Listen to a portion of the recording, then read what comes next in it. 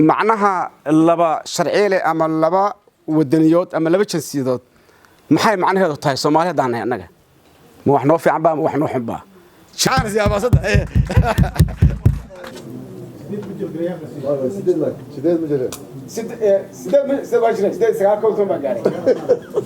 There is people, Somalis, origin Somalis, who live abroad and they want to be able to live in that country. But how, which way, are they citizens or not? This question must be clarified in somehow. And I think to have a draft about citizenship within the constitution is very, very good step to take.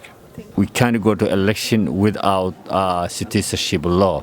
Who is the citizen, who will be foreign, who is not foreign, what of the legality, and some other key important is which is example the Somali diaspora who live here. If the Somali citizen married a non-Somali citizen, what the status for those things? So legislatives and the legal documents are one of the key importance for Somalia.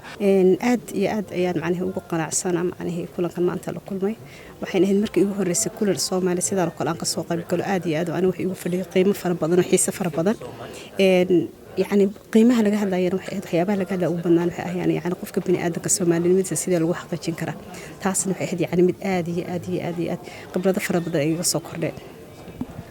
We have come to give support, technical and logistical, to the government to do consultation in this citizenship bill which they are trying to present before Parliament as part of the legal framework within the Vision 2016 strategy.